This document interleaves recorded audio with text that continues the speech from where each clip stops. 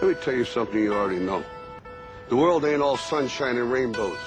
It's a very mean and nasty place, and I don't care how tough you are, it will beat you to your knees and keep you there permanently if you let it. Life is tough. That's a given. When you stand up, you're going to be shoved back down. When you're down, you're going to be stepped on. My advice to you doesn't come with a lot of bells and whistles. It's no secret. You'll fall down, you'll stumble, you'll get pushed, you'll land square on your face.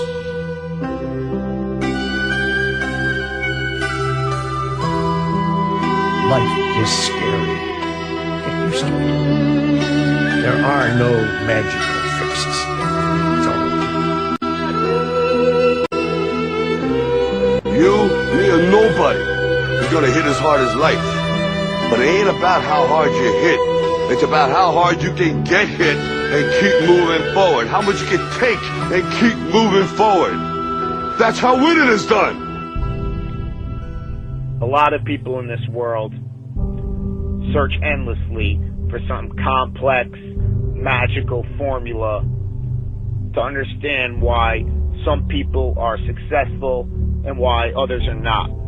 Greatness is not this wonderful, esoteric, elusive, God-like feature that only the special among us will ever taste.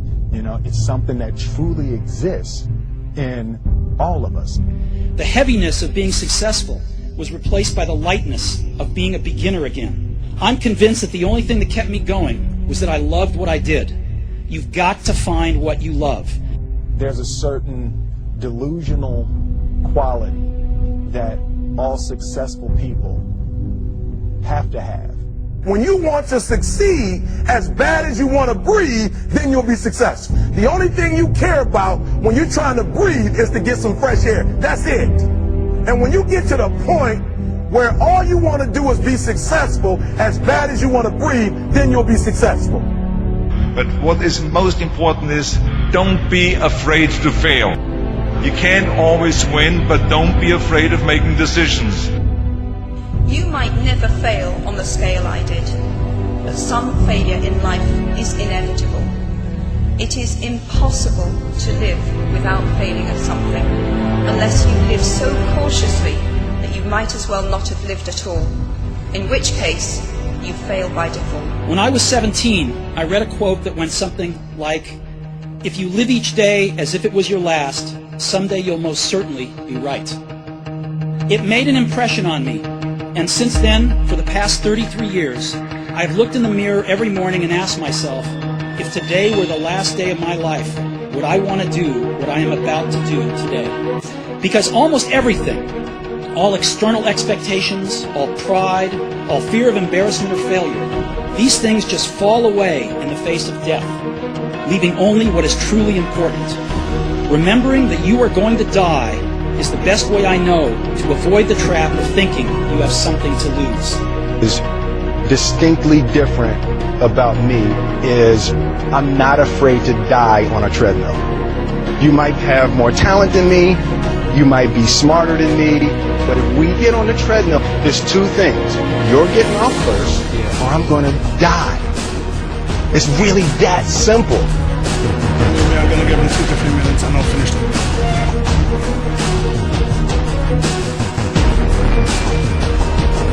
Then I promise that he will make it 2 until 3 minutes in the kickboxing ring with me this time. It's like you have to save your own life. Nobody's going to be able to save it for you. So we have to do what we have to do, no matter what it is. This is what I believe, and I'm willing to die for it. Period. No matter how bad it is, or how bad it gets, I'm going to make it. Say that to yourself every day. Our deepest fear is not that we are inadequate. Our our deepest fears that we are powerful beyond measure. I'm motivated by fear. What we are trying during all these discussions and talks here is to see if we cannot radically bring about a transformation of the mind. Not accept things as they are, but to understand it, to go into it, to examine it, give your heart and your mind with everything that you have to find out a way of living differently. But that depends on you and not somebody else. Because in this there is no teacher, no pupil, there is no leader, there is no guru, there is no master, no savior. You yourself are the teacher and the pupil, you are the master, you are the guru, you are the leader. You are everything. To understand is to transform what is. You know, when you get old in life, things get taken from you. I mean, that's part of life. But you only learn that when you start losing stuff. You find out life's this game of inches. On this team, we fight for that inch. On this team, we tear ourselves and everyone else around us to pieces for that inch. We claw with our fingernails for that inch. Because we know when we add up all those inches, that's gonna make the fucking difference between winning and losing. Between living and dying.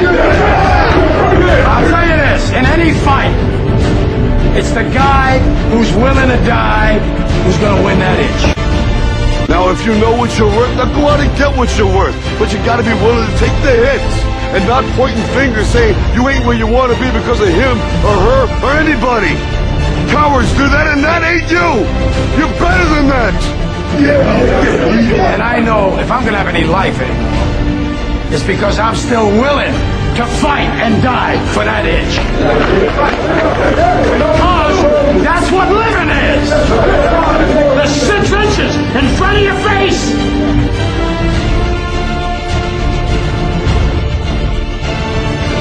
We get one opportunity in life, one chance in life to do whatever you're gonna do, to lay your foundation, to make whatever mark you're gonna make, whatever legacy you're gonna leave your legacy, and it's found through effort. Wins and losses come a dime a dozen, but effort, nobody can judge effort, because effort is between you and you.